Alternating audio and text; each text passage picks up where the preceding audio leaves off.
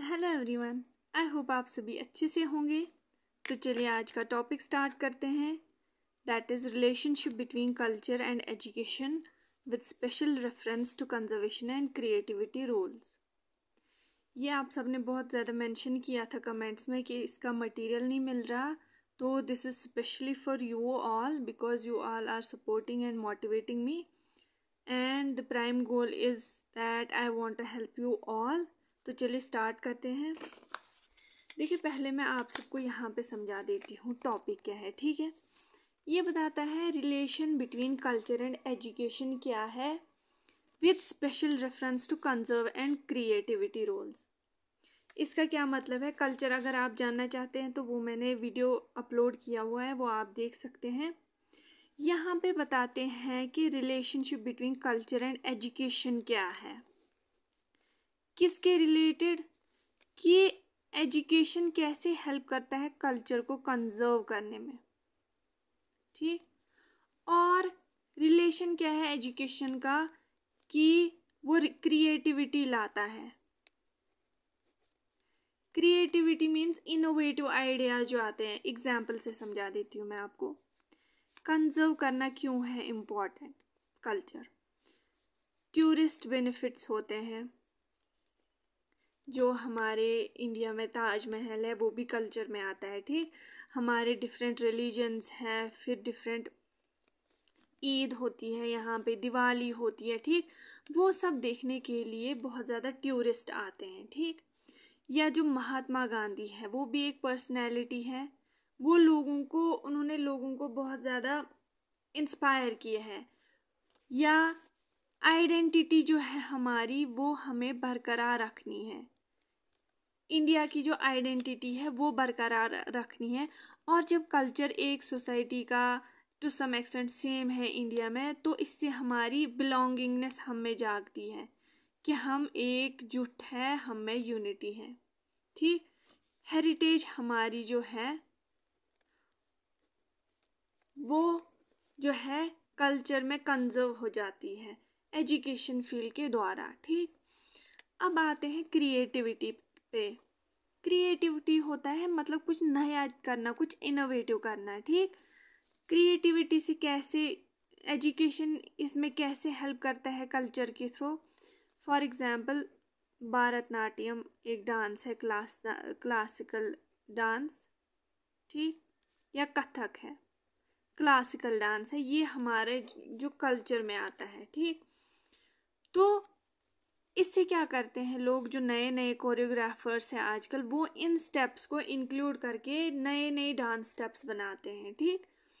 या हमारे हैंडलूम्स जो पुराने टाइम से चले आ रहे हैं, हैंडलूम वीविंग, उससे क्या किया जाता है ग्लोबली या आप बोलो नेशनली, नए नए डिफरेंट तरह के कपड़े बनाए जाते हैं, गारमेंट्स।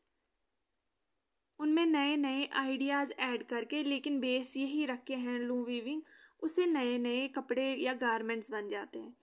तो इससे क्या होता है कि क्रिएटिविटी होती है कल्चर के द्वारा। ये किससे होता है? जब आप किसी को सिखाओगे, जब आप किसी को एजुकेट करोगे, ठीक, उसके बिहेवियर में चेंज आएगी। जैसे कोरियोग्राफर या स्कूल क्लासेस, जो डांस क्लासेस होती है वो कहाँ पे होती है? पहले वो स्कूल में ही होती है, एजुकेशन फील्ड में ही। या आप डांस क्लासेस सीखने जाते हो, वो एक टीचर ही तो डांस टीचर ही देता है आपको, वो आपको एजुकेट ही करता है। तो इसकी वजह से क्या होता है, कल्चर कंजर्व होता है, क्रिएटिविटी होती है इसमें। क्रिएटिविटी और दो, ये कंजर्वेशन जो है, ये दो डिफरेंट एस्पेक्ट हैं। इसमें मैंने कंजर्व क्यों करना है कल्चर को वो बताया। एजुकेशन फील्ड के द्वारा कल्चर से कैसे क्रिएटिविटी आती है, ठीक, वो मैंने बताया आप सबको। तो अब हम देख लेते हैं। आई होप आप सबको ये एग्जाम्पल से समझ आ गया। तो चलिए स्टार्ट करते हैं अब आगे। जैसे कि मैंने बोला, कल्चर जो है वो कंजर्व करना क्यों ज़रूरी है? टूरिस्ट बेनिफिट के लिए, प्रिजर्व आइडेंटिटी, हेरिटेज, रिस्पेक्ट एक दूसरे का, जैसे रिलीजन वगैरह अलग अलग या सेम है सोसाइटी में तो रिस्पेक्ट की जाती है। सोशल कोहीजन मीन्स कि एकजुट रहते हैं लोग। Culture and education are intricately connected and play crucial roles in shaping individual and society. Here's how they relate with a special focus on conservation and creativity. अब हम आगे पढ़ेंगे कि एजुकेशन और कल्चर में क्या जो रिलेशन है, रिलेशनशिप इनमें बहुत पॉजिटिव है और इंट्रिकेट है, ठीक, जिसमें एक सोसाइटी को आइडेंटिटी मिलती है, शेप मिलती है, ठीक। First is transmission of cultural values. Education के फील्ड के थ्रू जो कल्चर है उसको ट्रांसमिट किया जाता है। एजुकेशन फील्ड एक व्हीकल की तरह एक्ट करता है जो कल्चर को एक जनरेशन से दूसरे जनरेशन तक जो है ट्रांसफ़र करता है। कैसे? अगर आपके सिलेबस में आपने पढ़ा होगा हेरिटेज, डिफरेंट हेरिटेज साइट्स होती हैं आपके सिलेबस में, रिलीजन होता है, डिफरेंट लैंग्वेजेस होते हैं, उनकी हिस्ट्री होती है। तो थ्रू दैट दो सब्जेक्ट्स आपके अंदर जो है इंफॉर्मेशन जो है इकट्ठे होती हैं डिफरेंट कल्चर्स की। आपके नेशन में कैसी जो है कैसे लैंग्वेज थी, कैसे कल्चर जो है पहले कैसे कैसे बिलीव से वैल्यूज़ थे, तो वो आप में भी कंटिन्यू हो जाते हैं, आप में भी आ जाते हैं। तो वो कैसे हो जाता है? ओनली बिकॉज ऑफ एजुकेशन, ठीक। इसकी वजह से कंजर्व होता है culture.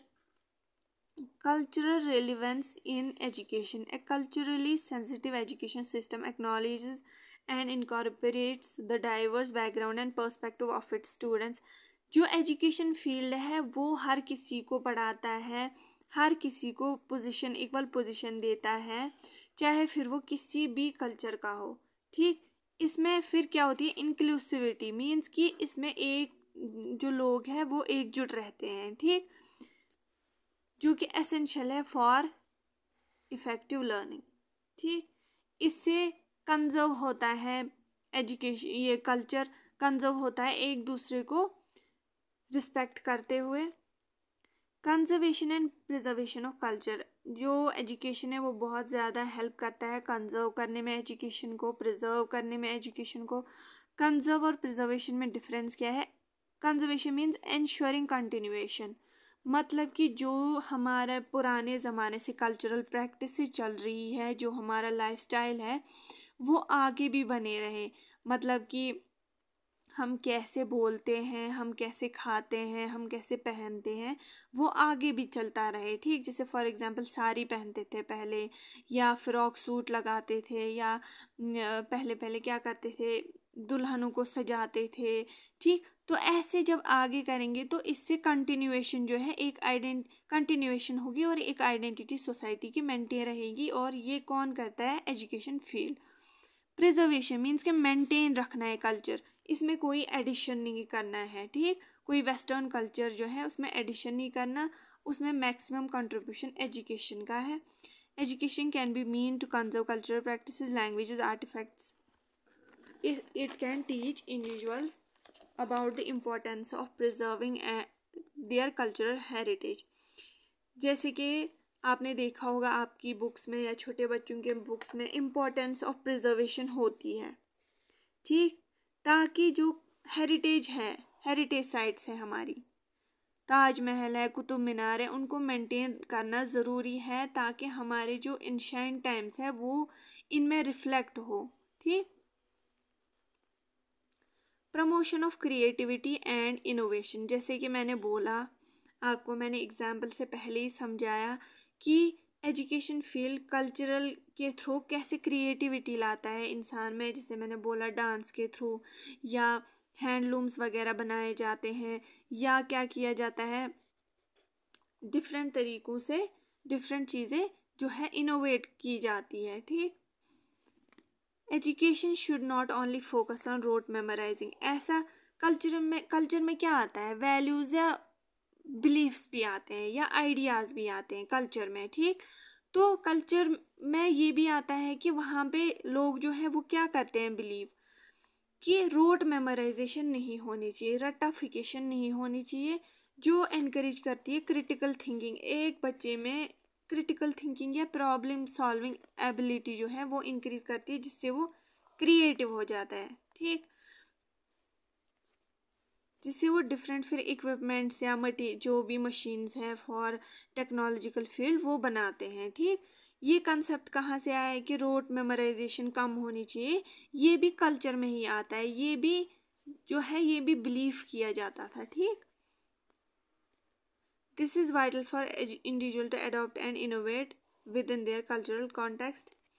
Cultural exchange and understanding. Exposure to different cultures through education can lead to great cultural awareness and understanding. This can reduce stereotype and prejudice, fostering global citizenship. Cultural exchange जब होता है, ठीक, तो इससे क्या होता है, अंडरस्टैंडिंग बढ़ती है। फॉर एग्जाम्पल, किसी एरिया में क्या किया जाता है, प्लेस ए, ठीक, यहाँ पे क्या बताया जाता है कि वुमेन्स जो है कमज़ोर है। ठीक, वुमेन्स इमोशनल है। ठीक, लेकिन बी सोसाइटी में क्या किया जाता है, वुमेन्स जो है वो इमोशनल, उनको स्ट्रॉन्ग समझा जाता है। मतलब इमोशनल तो नेचुरल फीलिंग है, लेकिन वहाँ पे इमोशनल के साथ ये भी समझा जाता है कि वुमेन जो है वो स्ट्रॉन्ग है। ठीक, वो भी क्रिएटिव हो सकती है अगर उसको पढ़ने दिया जाए। ठीक, तो क्या होता है, जब ये एरिया के लोग यहाँ जाएंगे, ठीक, यहाँ पे ये सीखेंगे। ठीक, यहाँ पे ये सीख के अपना कल्चर, इस एरिया का कल्चर, जब ये यहाँ पे रुकेंगे इस एरिया का कल्चर यहाँ लाएंगे। ठीक, और वुमेन्स को वो एज अ स्ट्रॉन्ग उनको रिप्रेजेंट करेंगे स्पोर्ट्स में, गेम्स में। तो इससे क्या हुआ, कल्चर हुआ एक्सचेंज। ठीक, इसमें जो स्टेरियोटाइपिक नेचर था, मतलब कि जनरल बिलीफ, स्टीरियोटिपिक नेचर मतलब कि जनरल बिलीफ, जैसे कि मैंने बोला है वुमेन्स को कई जगह पे इमोशनल समझा जाता है, लेकिन जब वो दूसरे कल्चर में गए तो वहाँ पे क्या हुआ, उन्होंने समझा कि नहीं, वुमेन स्ट्रांग भी हो सकती है, वो किसी फील्ड में कंट्रीब्यूट भी कर सकती है, प्रेजुडिस को रिड्यूस कर सकता है। मीन्स कि प्री कंसीव्ड ओपिनियन, पहले से ही ये समझा जा रहा है कि वुमेन्स का रोल क्या है, खाना बनाना, और मर्द का रोल क्या है, कमाई करना, जॉब करना। तो जब किसी एरिया में कोई पर्सन किसी एरिया के कल्चर में जाएगा, वहाँ पे वुमेन्स भी कमा रही है, उनको इक्वल जो है पोजीशन दी जा रही है, तो वो जो अपने एरिया में आएगा वो उसको ट्रांसफ़र करेगा, एक्सचेंज करेगा अपने एरिया में। ऐसी एजुकेशन फील्ड में होता है, जब डिफरेंट बैकग्राउंड्स के लोग आएंगे। एक बैकग्राउंड का स्टूडेंट क्या बिलीव करता है कि वुमेन्स इमोशनल है, दूसरे बैकग्राउंड के स्टूडेंट क्या करते हैं कि वुमेन्स जो है वो स्ट्रांग है, या टीचर अपनी मैसेज रखता है कि वुमेन्स स्ट्रांग है, या जेंडर रोल जो है वो नहीं होना चाहिए, वुमेन्स भी कमा सकती है। तो इससे एक्सचेंज होता है स्कूल में, जिससे ओवरऑल बिलीव या ओवरऑल कल्चर जो है उसमें एक्सचेंज होता है। ठीक, आई होप आप सबको समझ आ गया। मैंने ये बहुत ज़्यादा सिंपल रखा ताकि आप सबको अच्छे से समझ आए। समझ ना आए तो आप स्क्रीनशॉट लें अभी, और फिर से इसको रिपीट करें, 2x स्पीड पे इसको चलाएं, आपको अच्छे से समझ आएगा। ठीक, a well rounded education equips individual with skills to adapt different culture context. एक एजुकेशन सिस्टम जो है वो एक इंडिविजुअल को इक्विप करता है विद डिफरेंट कल्चर कॉन्टेक्स्ट, मतलब कि उसके अंदर लैंग्वेजेस जो है या ट्रेडिशन, जो कपड़े लगाने, कुजीन, ये उसके अंदर एक एजुकेशन सिस्टम जो है इंट्रोड्यूस करता है। ठीक, उसमें ऐसे ऐसे स्किल्स डेवलप करता है education field. Culture influences on educational context. Culture can influence the context and methods of education. For example, if some culture, अब देखते हैं हम कल्चर कैसे इन्फ्लुएंस करता है एजुकेशन फील्ड में। कुछ कल्चर्स में दिखाया जाता है कि स्टोरी टेलिंग और ऑरली पढ़ाना बहुत ज़्यादा अच्छा होता है बच्चों के लिए, कि मतलब आप ऑरली पढ़ाओ। कुछ कहते हैं कि रिटन पढ़ाओ बच्चों को, उनसे लिखाओ।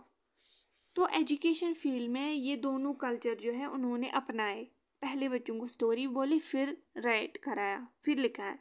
तो इससे क्या हुआ, कल्चरल से इफेक्ट पड़ा एजुकेशन पे। ठीक, तो ये थी रिलेशनशिप इन दो के दरमियान।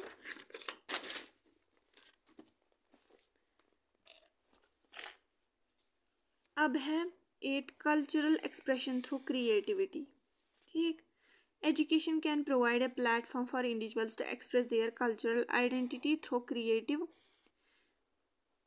जो एजुकेशन है वो एक स्टेज प्रोवाइड करता है। अगर आपने मैक्सिमम स्टूडेंट्स को देखा हो, उनके जो स्किल्स हैं वो डेवलप होते हैं स्कूल से ही, ठीक, या कॉलेज से ही, क्योंकि वहाँ पे उनको अपने जो क्रिएटिव है वो एक्सप्रेस करने का मौका मिलता है। लाइक आर्ट हो गया कोई, या म्यूज़िक, पेंटिंग वगैरह, म्यूज़िक, लिटरेचर, डांस। तो अपने कल्चर को एक्सप्रेस करने के लिए, उसको क्रिएटिव बनाने के लिए उनको स्कूल में ही या एजुकेशन फील्ड में स्टेज मिलता है। अब चैलेंजेस क्या है? बैलेंस करना बिटवीन कंजर्वेशन एंड क्रिएटिविटी। मतलब कि क्या क्या रुकावटें आती है अगर एजुकेशन फील्ड कल्चर को कंजर्व करने लगेगा, ठीक, तो इनोवेटिव आइडियाज़ या क्रिएटिविटी बच्चों में नहीं आएगी। अगर क्रिएटिविटी जो है उसको अपनाने लगेगा एक एजुकेशन फील्ड, तो कंजर्वेशन ऑफ कल्चर भी नहीं होगी। ये कैसे देख लेंगे हम?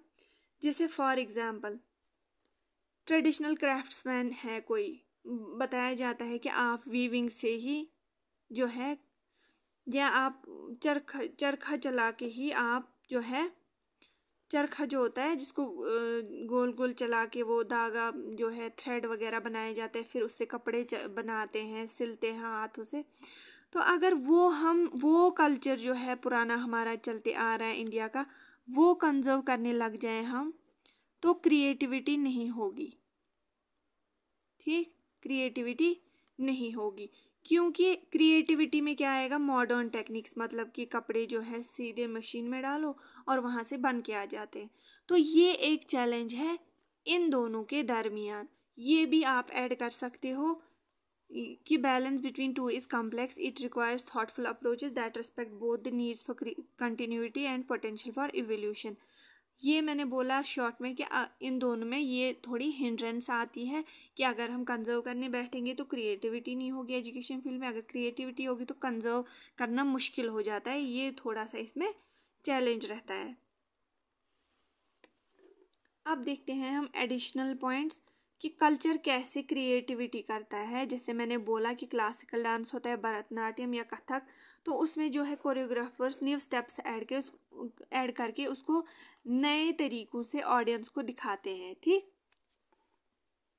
हैंडलूम वीविंग, जैसे मैंने बोला हैंडलूम वीविंग पहले से ही चले आ रही है, ये भी क्रिएटिविटी में आएगा कि मॉडर्न फैशन उसमें ऐड करके यूनिक गारमेंट्स बनाए जाते हैं, तो ये भी एक क्रिएटिविटी में आता है एग्जाम्पल।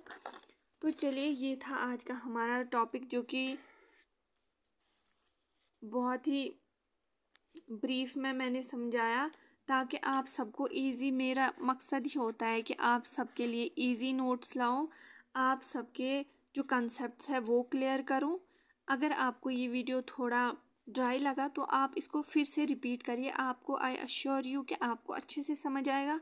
तो चलिए, thank you for watching this video and thank you so much for supporting me. Video अच्छा लगा तो लाइक करिएगा, शेयर करिएगा, कमेंट करिएगा कि आपको ये वीडियो अच्छा लगा, और सब्सक्राइब करके जाइएगा कि मेरी चैनल पे अगर आप नए हैं तो मैं बताना चाहती हूँ मेरी चैनल पे जितने भी बीएड के कोर्सेज़ हैं उनके सारे टॉपिक्स अवेलेबल हैं।